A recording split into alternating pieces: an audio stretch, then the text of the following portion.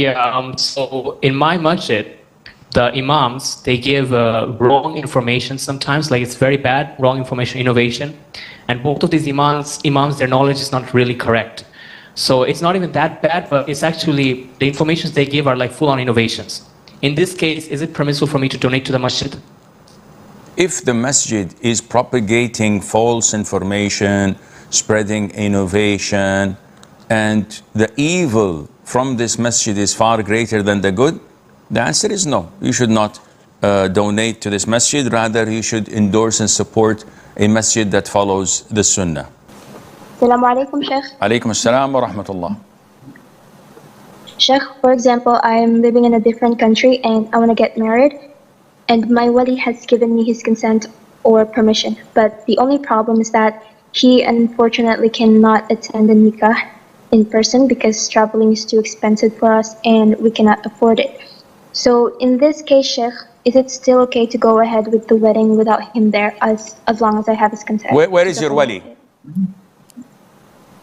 He's in other country, my country. In the Philippines. Like, where are you? Yes.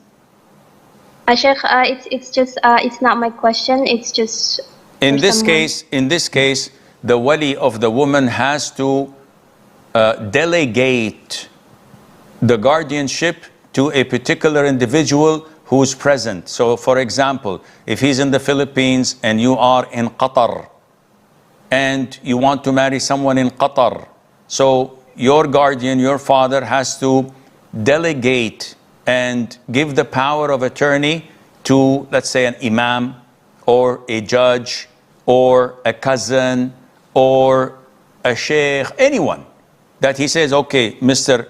XYZ, I give you the power of attorney, I give you the power to give my daughter in marriage to XYZ, to Ahmed, to Abdullah, and you can do that in writing, attested by the Qatari embassy there, and sends it to you, and alhamdulillah, everything is fine.